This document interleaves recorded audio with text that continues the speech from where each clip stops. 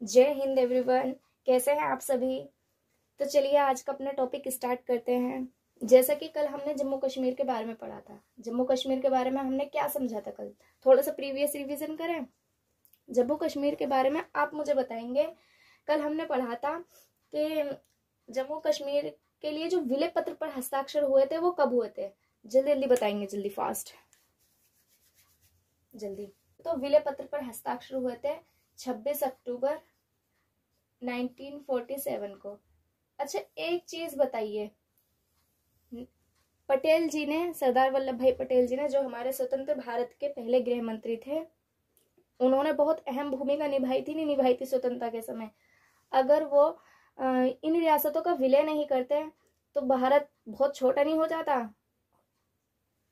क्या। विभिन्नता में एकता हमें देखने को मिलती, नहीं मिलती।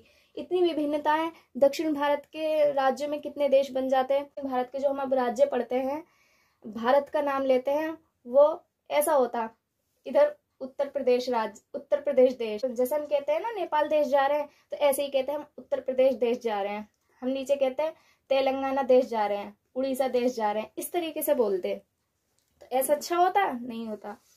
तो उस समय जो स्वतंत्रता सेनानी थे, आदर तो हम उनका बहुत करते हैं, बहुत सम्मान देते हैं, लेकिन हमें उससे और ज्यादा उनके विचारों को समझने की और उन्हें अपने जीवन में लाने की जरूरत है। क्योंकि उनका जो विचार थे, वो उनका जो आचरण था, वो आज के समय में भी अपनाने लायक है। तो उनके विचारों का, उनका आचरणों का, उनका नहीं, उनके विचारों का, उनका आचरणों का सम्मान करके उनका सम्मान किया जाता है। तो पटेल जी ने इन रियासतों को जोड़ा था। जम्मू कश्मीर जो थी, अच्छा एक चीज बताइए, क्या जम्मू कश्मीर जो ये इस तरीके से जम्मू कश्मीर है, थोड़ा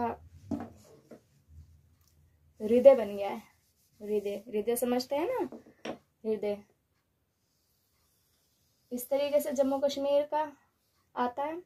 नक्शा मैंने लोहे में बनाया है, तो इस तरीके से आता है। एक चीज बताइए कि जम्मू कश्मीर पाकिस्तान के साथ गया था या नहीं। जम्मू कश्मीर ना तो पाकिस्तान के साथ जाना चाहता था, ना ही इंडिया के साथ आना चाहता था। वो चाहता था अलग देश बनाना। जब यहाँ से इस एरिया में कबीलाई लोग एंटर हुए, तब हरि सिंह यहाँ आते हैं और पटेल जी ने उनसे तभी विलय पत्र पर हस्ताक्षर रखने का प्रस्ताव रख दिया। पटेल जी ने हस्ताक्षर करवाने का प्रस्ताव रख दिया। सही किया ना, सही किया, बताइए सही किया या गलत किया। बिल्कुल सही किया। मान लीजिए हमारे नक्शे में अगर जम्मू कश्मीर नहीं होता तो बिल्कुल सही किया पटेल जी ने। राजा कौन थे? हरि सिंह, राजा हरि सिंह। ये हमने प्रीवियस रिवीजन कर लिया था। अब पढ़ते हैं हम जम्मू कश्मीर का बेसिक। हमने कल क्या था, अब समझेंगे जम्मू कश्मीर के स्पेशल फैक्ट्स के बारे में। फैक्ट कहेंगे वहाँ के जो एरिया, हम इतना हिस्सा हमारा जो पाकिस्तान के पास चला गया, उस हिस्से के बारे में, कि वहां पर क्या क्या राजनीतिक प्रक्रिया है, ये थोड़ा समझते हैं। और जम्मू कश्मीर से कितने क्वेश्चन बन सकते हैं, ये हम समझने की कोशिश करेंगे। हमने पढ़ा था कि लगभग इतना एरिया हमारा जम्मू कश्मीर का चला गया, इतना एरिया हमारा जम्मू कश्मीर का चला गया था। इस एरिया को पाकिस्तान ने नाम दिया POK। POK, इस एरिया को नाम दिया POK। पाक, ध्यान से समझेंगे, पाक ऑक्यूपाइड, पाक ऑक्यूपाइड कश्मीर।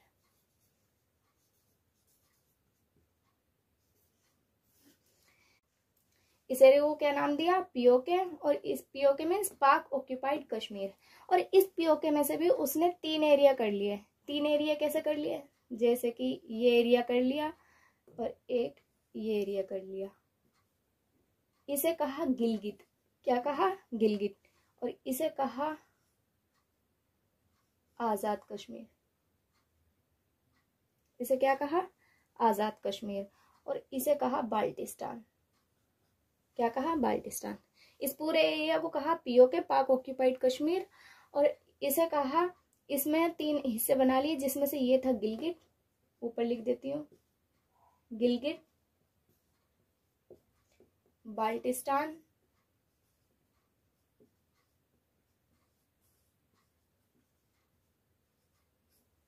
और ये है आज़ाद कश्मीर। आज़ाद कश्मीर। अच्छा, आपको समझ में आता है ना जो मैं समझाती हूँ? आज़ाद कश्मीर। कहीं ऐसा हो मैं ही अपना प्रयास कर रही हूँ और आपको समझ में नहीं आ रहा है। तो आज़ाद कश्मीर, बाल्टिस्तान, गिलगिट, इन एरियो के पाकिस्तान ने ये नाम रख दिया। अब क्या था, पाकिस्तान को हमेशा ये डर था कि हम आकर इस पर अपना अधिकार न जमाने लग जाए। अधिकार के जमाएंगे, है तो ये हमारा ही, एक न एक दिन तो हमें लाना है इसे। तो ये डर था कि कहीं इंडियन सेना यहाँ आकर, इसके थ्रू आकर कहीं आना आ जाए। ऐसा भी तो सोच सकते हैं वो कि कहीं इसके थ्रू यहाँ ना आ जाए। तो इस चीज से बचने के लिए उसने राजनीतिक कदम उठा लिए। कैसे राजनीतिक कदम उठा लिए?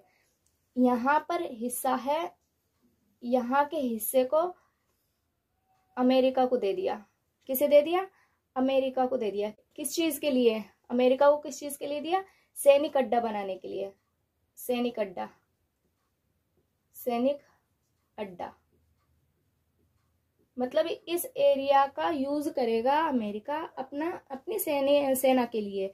तो अमेरिका को दे दिया, किराए पर दिया होगा, लीज पर दिया होगा, जैसे भी दिया होगा, लेकिन यहाँ अमेरिका को बिठा दिया। यूएसए लिख देते हैं, यूएसए का सैनिक अड्डा, इतना यहाँ पर हिस्सा अमेरिका को दे दिया। और यहाँ पर है, यहाँ पर ये जो मैं लाइन से खींच रही हूँ, यहाँ पर है सस्क्राम घाटी। क्या है ये? बाल्टिस्तान रफ कर दूं क्योंकि यहाँ पर स्पेस नहीं बचा है सस्क्राम घाटी लिखने के लिए। मैंने यहाँ बी लिखा है, आप समझ जाएंगे, बी से बाल्टिस्तान। तो इसका नाम है सस्क्राम घाटी। सस्क्राम घाटी ये पाकिस्तान ने दे दिया चीन को। एक चीज समझेंगे, जो हमारे पास इस वक्त कश्मीर है वो हमारे पास, जम्मू कश्मीर है वो हमारे पास पूरा नहीं है, क्योंकि 10% तो यहाँ से चीन ने कब्जा कर रखा है, चीन ने, और 30% यहाँ से पाकिस्तान ने कब्जा कर रखा है। हमारे पास जो है वो सिर्फ कितना है? 60% है। कितना है? 60% है। 30 और 10 चले गए, 40% तो हमारे हाथ से गया हुआ है। हमारे पास कितना है? सिर्फ 60% कश्मीर का हिस्सा रहा। चीन ने अक्साई चीन पर जो कब्जा किया था, इस हिस्से को जो कश्मीर पर चीन ने कब्जा किया हुआ है, इसे बोलेंगे हम अक्साई चीन। इसे हम बाद में समझेंगे, पहले ये समझते हैं चीन को क्यों दिया, चीन को ये सस्क्राम घाटी क्यों दी? क्योंकि यहाँ पर उसका मकसद था चीन को बिठा कर रख देना, और यहाँ पर अमेरिका को सैनिक अड्डा स्थापित करने के लिए जगह दे ही दी थी। क्यों दी थी? आप जानते हैं 1962 का जब युद्ध हुआ था तो चीन ने हमारे अक्साई चीन पर कब्जा कर लिया था, और कहीं ना कहीं जब से ही चीन से हमारे राजनीतिक संबंध खराब हैं, उससे हमारे राजनीतिक संबंध खराब, चीन हमारे इधर पड़ता है, तो यहाँ से यहाँ हमारे सर पर बैठाकर पाकिस्तान ने चीन को रख दिया। इस तरीके से ये राजनीतिक कदम उठाए गए थे पाकिस्तान के द्वारा। इतना आपको समझ में आ गया होगा। ये जो 3 हिस्से थे, आजाद कश्मीर, बाल्टिस्तान और ये गिलगिट, यहीं पर इन तीनों की मिली-जुली राजधानी बना दी पाकिस्तान ने, मुजफ्फराबाद। क्या? मुजफ्फराबाद। पाकिस्तान की राजधानी नहीं है ये पीओके की राजधानी कहेंगे हम, पीओके की राजधानी ये थी। आप क्षेत्रों के नाम समझ गए होंगे पीओके के, जैसे कि पीओके पाक ऑक्यूपाइड कश्मीर, यहाँ है आजाद कश्मीर, यहाँ गिलगिट है, यहाँ बाल्टिस्तान है। अच्छा, जब चीन को इतना हिस्सा यहाँ पर दे ही दिया था तो चीन ने भी इसका लाभ उठाया। जब पाकिस्तान और चीन के राजनीतिक संबंध अच्छे बन रहे थे, हमसे तो बिगड़ चुके थे 1962 में, वरना पहले नारा भी लगा था हिंदी चीनी बाई बाई, हिंदी चीनी भाई भाई। ये सोचा जा रहा था स्वतंत्रता के समय कि एशिया में बहुत बड़ी शक्ति बनकर उभरेंगे भारत और चीन, लेकिन ऐसा नहीं हुआ। शक्ति तो बनकर उभरा चीन, लेकिन अकेले और धोखे से। उसने हमारे अरुणाचल के हिस्से, जम्मू कश्मीर के हिस्से, कई हिस्सों पर कब्जा कर लिया था। साम्राज्यवाद की नीति अपनाता है चीन। साम्राज्यवाद समझते हैं? साम्राज्यवाद, धीरे धीरे अपने साम्राज्य का विस्तार करना, तो वो नीति अपनाता है चीन। अब चीन क्या कर रहा है? चीन चाहता है इन फ्यूचर हमारे साथ भारत के साथ युद्ध हो तो वो आसानी से हमें टारगेट कर सके। इसे अपने टारगेट को कंप्लीट करने के लिए पाकिस्तान से तो उसके संबंध सही जा रहे हैं चीन के, तो यही पीओके के हिस्से से जहाँ यहाँ पर तिब्बत पड़ता है, तिब्बत पे ऑलरेडी चीन कब्जा कर चुका है, तो यहीं से ही आती है एक सड़क। चीन अब यहाँ पर सड़क बना रहा है, सीपीईसी। अच्छा, ये सीपीईसी जो है यहाँ पर, जब यहाँ से हमने पढ़ा था इस तरीके से ये पाकिस्तान आ जाएगा, ये हिस्सा एरिया, तो पाकिस्तान का जो लास्ट वाला हिस्सा है ना वो पड़ता है बलूचिस्तान का एरिया। क्या का एरिया पड़ता है? बलूचिस्तान। जैसा हमारे यहाँ राज्य है ऐसे ही पाकिस्तान में राज्य है, तो पाकिस्तान का सबसे बड़ा राज्य स्टेट जो है वो है बलूचिस्तान। तो बलूचिस्तान यहाँ से स्टार्ट होकर यहाँ पर सीपीईसी सड़क एंड कर रही है। कहाँ पर? बलूचिस्तान में। बलूचिस्तान में भी कहाँ? ग्वादर बंदरगाह। उस जगह का नाम क्या है? ग्वादर बंदरगाह।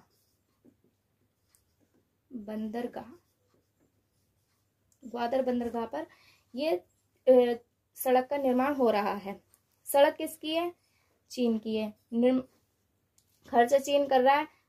यहाँ पर कहीं ना कहीं पाकिस्तान ये कह रहा है कि डेवलपमेंट होगा, लेकिन ये डेवलपमेंट नहीं है।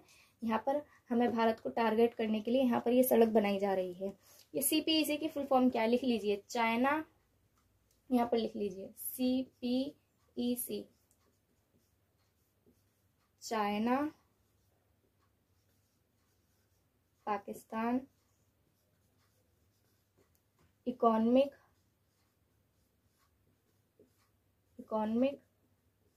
कॉरिडोर।